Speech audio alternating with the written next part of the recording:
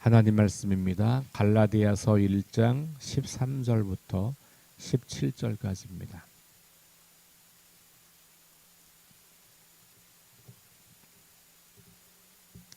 갈라디아서 1장 13절부터 17절까지 말씀을 다 함께 봉독하겠습니다. 내가 이전에 유대교회에 있을 때에 행한 일을 너희가 들었거니와 하나님의 교회를 심히 박해하여 멸하고 내가 내 동족 중 여러 연갑자보다 유대교를 지나치게 믿어 내 조상의 전통에 대하여 더욱 열심히 있었으나 그러나 내 어머니의 태로부터 나를 택정하시고 그의 은혜로 나를 부르신 이가 그의 아들을 이방에 전하기 위하여 그를 내 속에 나타내시기를 기뻐하셨을 때에 내가 곧 혈육과 의논하지 아니하고 또 나보다 먼저 사도된 자들을 만나려고 예루살렘으로 가지 아니하고 아라비아로 갔다가 다시 다메섹으로 돌아갔노라. 아멘. 13절부터 17절까지 말씀을 읽으셨는데 바울이 자신의 과거와 또 예수님을 만난 이후에 이야기를 이제 하고 있는 그 대목 중에서 특별히 이제 예수님 만나기 전에 자신이 어떠한 사람이었는가, 그런 자신을 어떻게 하나님께서 부르셨는가, 그 이야기를 나누고 있습니다. 1장과 2장까지는 이렇게 바울이 자신의 이야기를 좀 하면서 일종의 자서전적인 회고록 비슷하게 이야기가 됩니다. 그래서 자기의 삶에 대해서, 변화에 대해서, 자기가 사역하는 것에 대해서 이렇게 이야기를 하는 거죠. 그러면서 내가 전해야 하는 복음을 이 갈라디아 성도들에게 이 복음이 바른 복음이다라는 것을 말하기 위해서 먼저 자기 이야기를 하는 거예요. 자신에 대한 신뢰를 바탕으로 자신의 복음과 메시지를 전하고 싶은 그런 마음이 있는 것이죠. 13절 말씀 보니까 내가 이전에 라고 시작하죠. 그러니까 이전에, 그러니까 과거에 라는 말이죠. 지금과는 다른 옛날 모습이라는 겁니다. 우리 그리스도인들은 예수님을 만난 사건이 우리 인생의 아주 중요한 전환점이 되는 사건이죠. 그걸 기준으로 이전에는 내가 이렇게 살았다. 그런데 이제는 이렇게 산다. 이게 선명한 사람이에요.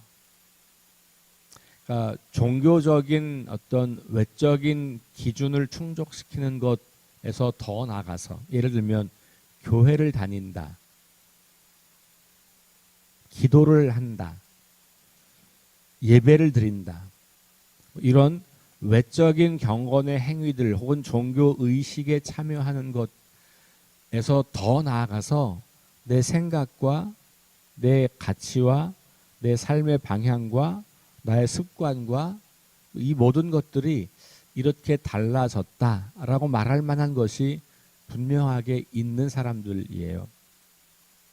만약에 예전에 내가 살고 생각하고 습관을 들여왔던 것과 예수님 만난 이후가 달라진 게 없다면 우리는 그냥 종교 활동을 하고 있는 것이긴 하지만 예수님을 믿고 있다고 하기엔 좀 어렵습니다. 예수님을 믿는 것과 종교 활동하는 것은 공유되는 지점이 있긴 하지만 그것이 반드시 일치되는 것은 아니기 때문에 그래요. 그러니까 우리는 교회를 다니는 종교 활동을 하는 사람들이 아니라 예수님을 믿고 그 예수님을 따르고 예수님께서 보여주시고 가르쳐주시고 우리에게 선포하신 하나님 나라 백성으로 살아가는 거예요. 그러니까 신분이 달라지면 존재 양식도 달라져야 하는 거고 그 신분에 걸맞게 우리의 삶을 구성해 가야 할 책임이 우리에게 있는 것이죠. 그것을 단순하게 변화라고 말을 할 수도 있겠고 성장이라고 말을 할 수도 있겠습니다. 근데 이 변화는 성장의 출발점이죠. 한 번 변하고 마는 게 아니라 그렇게 변화해서 그렇게 변한 삶이 더 깊어지고 더 풍성해지는 것이 성장이라고 볼 수 있겠죠. 바울은 지금 어쨌든 자신의 복음을 설명하기 전에 내가 예전엔 어떤 사람이었는지를 이야기하는 거예요. 자, 그러면서 유대교에 있을 때에라고 말을 하죠. 그러니까 하나님을 믿긴 믿었어요. 그런데 예수님을 통해서 나타난 하나님이 아니라 율법과 이 구약의 역사를 통해서 나타난 하나님만 알고 있었던 것이죠. 다른 하나님이 아니에요. 하나님을 알았는데 부분적으로 알았던 거예요. 그 하나님이 메시아를 보낸다고 하는 믿음을 가지고 있어요. 다윗의 자손으로부터 나올 한 메시아가 온 세상을 구원할 거다라고 하는 믿음이 유대인들에게 없는 게 아니에요. 이방인의 구원에 대해서 이사야가 굉장히 많이 이야기를 하고 있거든요. 그런데 그들이 믿고 있었던 그 메시아가 곧 예수 그리스도다라고 하는 것을 믿지는 않는 거예요. 그러니까 예수님을 메시아로 인정하지 않고 오히려 예수님을 자기들의 하나님, 유대교 안에서 믿던 하나님을 공격하거나 그 하나님을 모독하거나 그 하나님과는 다른 신을 이야기하는 것처럼 그렇게 생각을 했었기 때문에 이 초기 유대교인들이 기독교인들을 박해하고 싫어했던 이유 중에 하나죠. 자기들이 오랫동안 쌓아왔던 전통, 율법과 그 율법을 해석한 많은 해석집들이 있어요. 그걸 성경은 장로들의 유전, 장로들의 전통 뭐 이렇게 이야기하는 거거든요. 지금으로 말하면 탈무드 같은 것들이에요. 미드라시, 탈무드 이런 책들이 굉장히 많이 있거든요. 이거는 율법을 해석한 책들이거든요. 근데 이런 것조차 문자적으로 다 율법과 동등하다고 믿는 사람들이 주로 바리새인들이었거든요. 이런 믿음 체계 안에서 살고 있었어요. 그러다 보니 그 자기들의 믿음 체계와 전통과 유산을 무너뜨리는 것 같은 말을 하고 있는 예수님의 메시지가 매우 공격적으로 들렸던 거예요. 그래서 어떻게 했냐면 유대교의 열심을 품고 있는 사람들일수록 예수님을 싫어했고 예수님의 제자들을 미워했고 그런 거죠. 그래서 바울도 개종한 이후에 유대인들로부터 엄청나게 공격을 받잖아요. 그러니까 유대인들의 입장에서 바울은 배신자인 거예요. 어쨌든 바울이 그렇게 유대교에 있을 때 그때 하나님을 부분적으로 알고 있을 그때 하나님에 대한 열심과 충성으로 뭘 했냐면 예수 믿는 사람들을 잡아 죽이는 일을 했단 말이에요. 그 얘기하는 거예요. 내가 하나님의 교회를 심히 박해하여 멸하였다 이렇게 나오죠. 스스로 자기가 그 이야기를 하는 거예요. 내가 예전에 유대교에 있을 때 나는 교회를 무너뜨리고 그 교회를 박해하고 그랬던 사람이다. 이렇게 이야기를 하는 거죠. 조금 더 나가 보니까 14절에 내가 동족 중 여러 연갑자보다 유대교를 지나치게 믿어 내 조상의 전통에 대하여 더욱 열심히 있었으나 그랬어요. 그러니까 다른 신자들, 다른 유대교 신자들에 비해서 본인이 조금 더 열심히 있고 조금 더 문자적이고 율법주의적인 신앙. 여기 지금 내 조상의 전통에 대하여 열심히 있었다 이렇게 말하잖아요. 이 전형적인 바리새인이라고 하는 표현 중에 하나예요. 그러니까 바울은 바리새인 중에서도 되게 열심히 있는 율법 준수가 너무 중요했던 모세오경과 이 성경이 말하고 있는 것보다 더 나아가서 더 많은 그 해석집들에 나오는 율법들까지도 다 동등하게 준수해야만 하는 그런 사람이었어요. 그러다 보니 예수님이 안식일법을 어기기도 하고 제자들도 그걸 어기기도 하고 성전을 좀 무시하는 것 같기도 하고 자기들이 믿고 있었던 하나님에 대한 개념이 확장되기도 하고 이러니 도전으로 받아들인 거죠. 그래서 교회를 박해하고 멸하려고 했다. 사도행전에 보면 스데반의 순교 장면이 나오는데 그 스데반의 순교 장면에 바울이 함께 있는 것을 보죠. 그러니까 그렇게 바울은 박해자였고 율법을 준수하기 위해서 그걸 애를 썼던 정말 열심 중에 열심이 있는 사람들이었어요. 그러니까 그 당시 유대인들이 보기에는 하나님을 너무 잘 믿는 사람이에요. 하나님께 충성을 다하는 사람이에요. 그런데 여러분, 하나님께 충성하는 것과 교리에 충성하는 건 좀 다를 수 있어요. 교회에 충성하는 것, 교리에 충성하는 것, 성경 말씀에 충성하는 것이 하나님께 충성하는 것이어야 하는데 그게 마땅한 건데 교회를 다닌다고 다 그리스도인이라고 할 수 없는 것처럼 오히려 열심을 품고 성경을 가지고 살아가려고 하고 교리를 가지고 살아가려고 하고 교회에 충성하려고 할 때 그것이 하나님으로 드러내지 못하는 위험성을 가지고 있다는 거예요. 지금 바울이 바로 그런 모습을 갖고 있었던 거예요.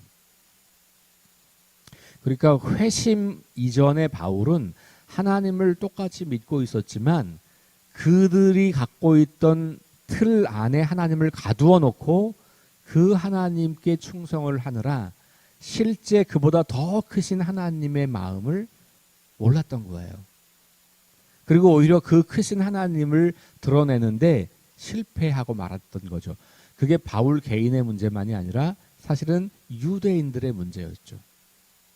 하나님이 그들을 선택해서 그들을 사랑하셔서 그들을 구원하셔서 그들을 하나님 나라로 삼으신 이유는 크신 하나님을 온 세상에 드러내라고 하는 것이었는데 그들은 자기들만의 하나님으로 그 하나님을 규정하고 자기들이 아닌 모든 사람들을 이방인으로 정죄하면서 너희들은 하나님을 만날 자격이 없다. 하나님 나라는 너희 같은 놈들에게 주어진 게 아니다. 우리같이 선택된 특별한 민족들에게만 주어진 특별한 거다. 그러면서 자기들의 이 특별함을 지나치게 강조하면서 자기들만 하나님을 사랑한다고 착각했던 거잖아요. 그게 구약의 실패거든요.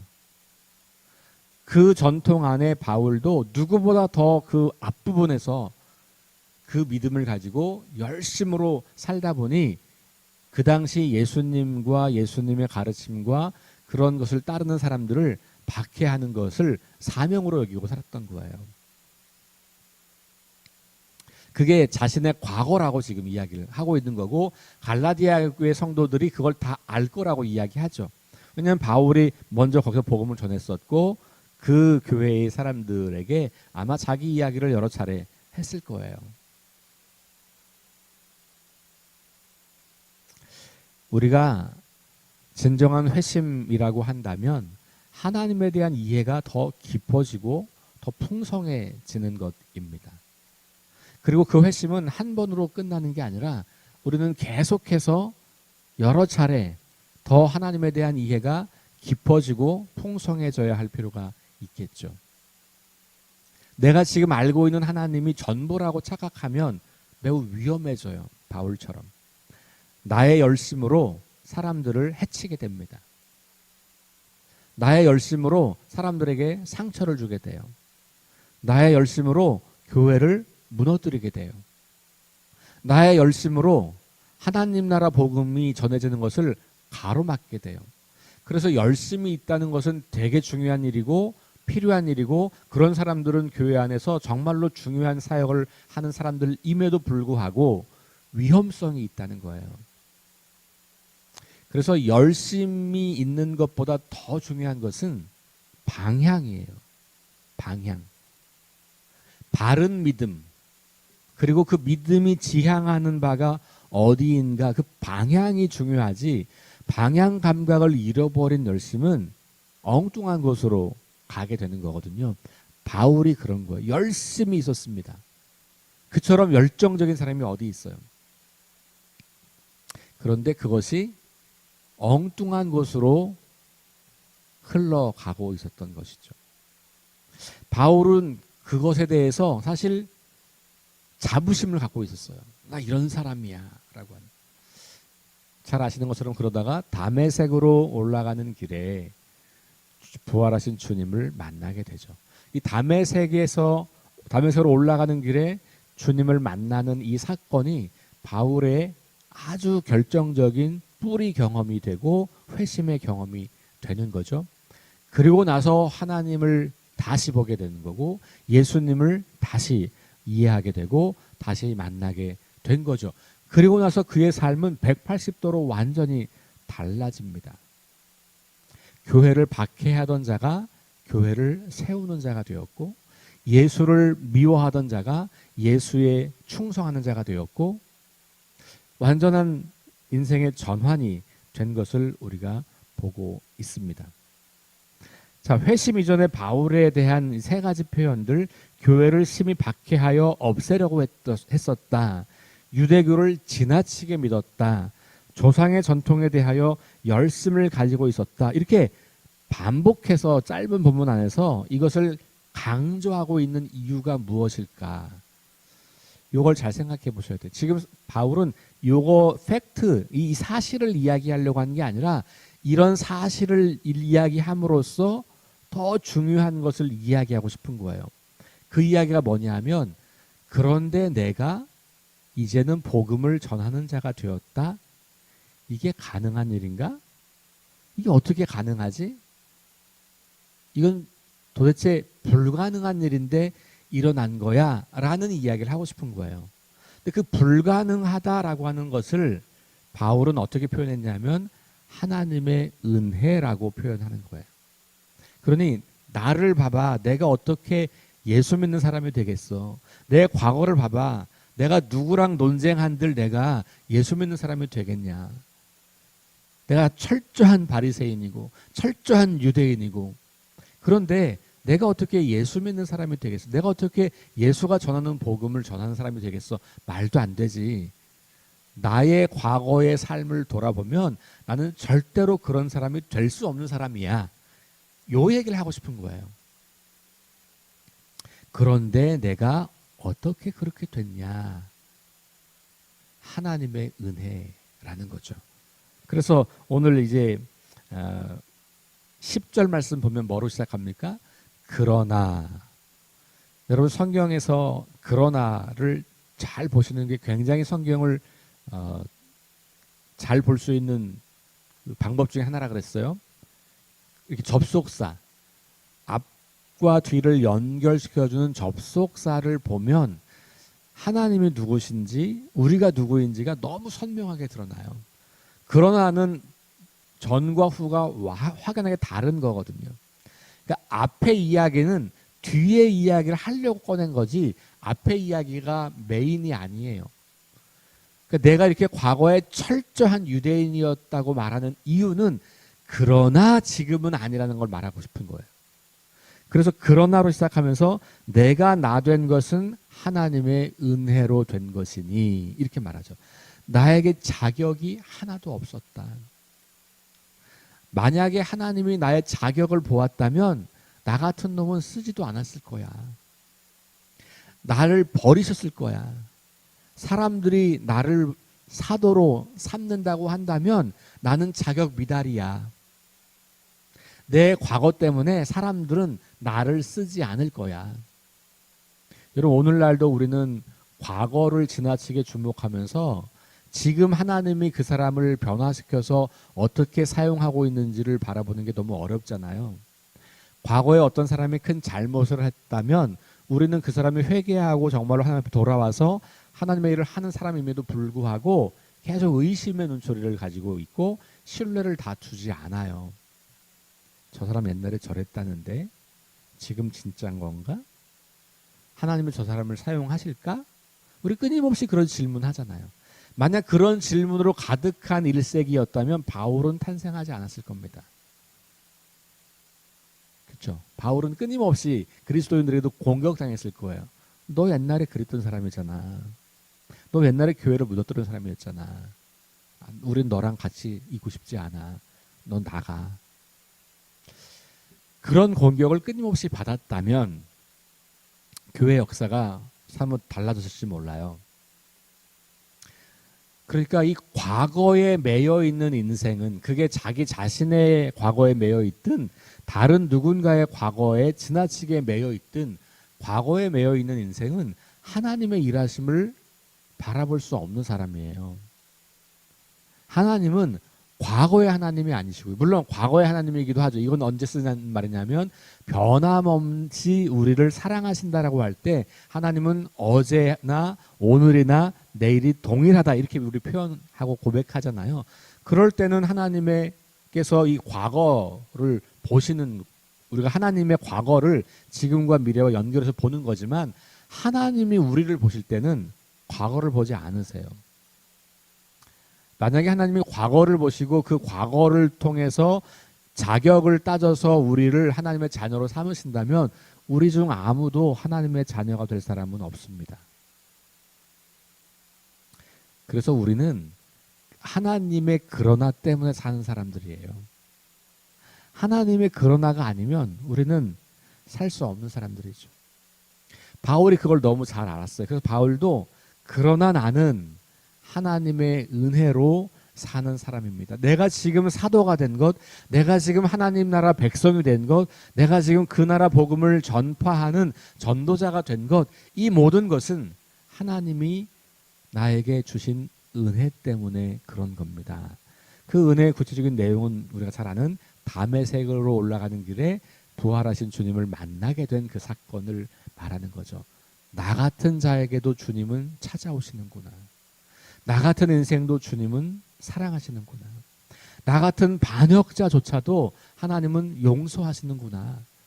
나처럼 하나님의 그 넓으심을 제한하고 요만큼 줄여서 그게 전부인 양 그걸 가지고 오히려 하나님을 가로막고 있었던 내 인생을 하나님이 포기하지 않으시는구나.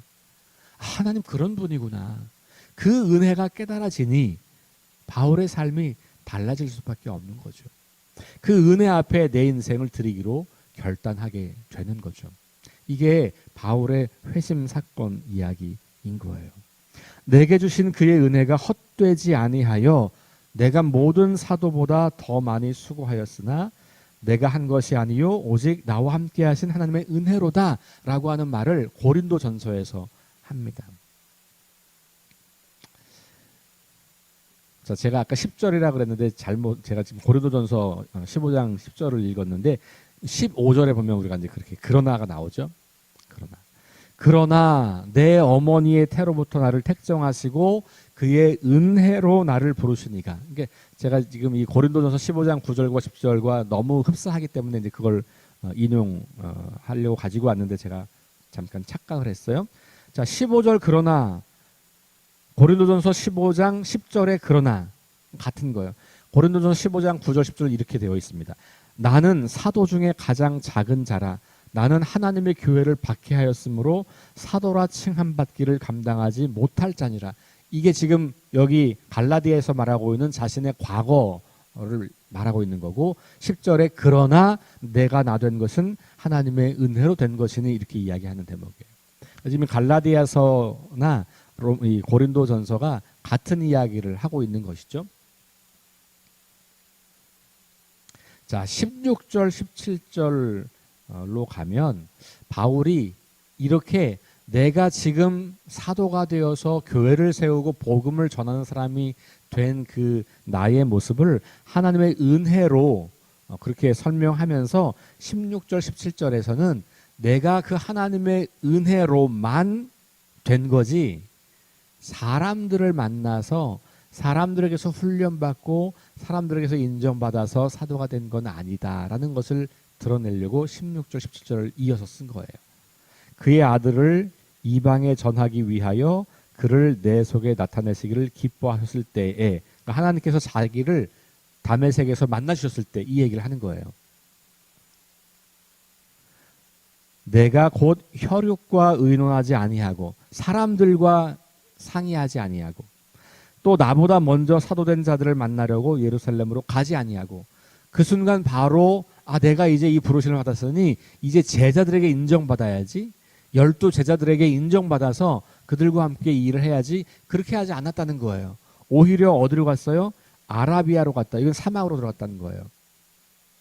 그래서 바울이 이 갈라디아서 말씀에 의하면 다메섹 체험 이후에 3년 가까운 시간을 사막에서 홀로 하나님과 있었던 거예요.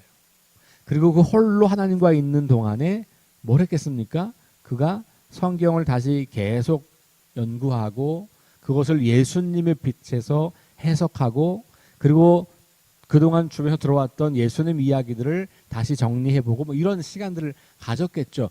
그리고 나서 3년 뒤에 나타났다고 오늘 18절에 나오죠. 그리고 3년 뒤에 이렇게 나온단 말이에요. 그러니까 바울이 지금 자신의 지금 모습은 예전에 그 나와 너무 다른 거고, 그렇게 될 수 있는 것은 나의 자격이나 능력이나 공로가 아니라 하나님의 은혜로 된 것이다 라고 고백하는 거고, 그 은혜로 된 자기 자신이 예전에 하나님을 이렇게 작게 만들었던 그것을 넘어서서 이제 하나님의 온전하심을 이해하게 되고 그 복음의 온전함을 이해하게 되면서 내가 지금 그렇게 살아가고 있는 거다라는 자기의 이야기를 들려주는 거죠. 지금 우리가 말한다면 간증하고 있는 거예요. 간증. 예전에는 이랬는데 주님을 만났고 그 만난 건 주님의 은혜였고 그래서 나는 지금 이렇게 사역을 하고 있습니다 라고 말하는 것이죠. 우리도 똑같은 사람들 아니겠습니까? 하나님의 은혜로 우리가 사는 사람들이잖아요. 근데 우리는 자꾸 은혜로 구원받은 우리가 사람들을 자꾸 율법으로 구원시키려고 이거 해라 저거 해라 엄청나게 많은 짐들을 부과하죠. 하나님이 그를 만나 주시도록, 하나님이 어떤 분인지를 그가 만나도록 도와줘야 하는데 하나님을 내가 알고 있는 하나님으로 작게 만들어서 그 하나님이 전부라고 자꾸 들려주는 꼴이 되고 있는 거죠. 바울의 이 이야기를 기억하면서 우리가 정말로 주님을 만났는지에 대한 그 초기의 회심의 사건들을 좀 돌아가 보시고 그 하나님의 은혜 앞에 감격하며 살아갔던 그 시간들을 돌아보면서 다시 오늘 이 아침에 오늘 이 하루를 살아가면서 주님 앞에 우리를 온전히 내어놓고 하나님의 은혜 앞에 우리 자신을 겸손히 내려놓고 그 주님과 동행하는 하루가 될 수 있기를 주의 이름으로 축원합니다. 기도하겠습니다. 하나님 감사합니다. 하나님의 은혜가 아니면 아무도 하나님의 자녀가 될 수 없습니다. 바울이 그렇게 고백했던 것처럼 우리도 동일한 고백을 합니다. 한때 바울은 자신이 알고 있는 하나님에 대한 지식 안에서 충성스럽게 최선을 다하여 열심으로 살아왔습니다. 그런데 그 열심은 교회를 박해하고 그리스도인들을 죽이고 교회를 무너뜨리는 것이었습니다. 하나님의 복음이 전달되지 못하게 방해하는 것이었습니다. 오늘 우리들도 하나님을 믿는다고 하면서 열심을 가지고 교회 생활을 하면서 하나님을 제한하고 하나님을 작은 분으로 드러내고 하나님을 이상한 분으로 드러내고 있는 것은 아닌지 두려운 마음으로 우리를 살펴봅니다. 우리도 역시 자격이 없이 은혜로 구원받은 사람임에도 불구하고 자꾸만 다른 사람들에게는 무엇인가 의무를 강요하며 율법을 덧붙이고 있는 것은 아닌지 우리를 돌아봅니다.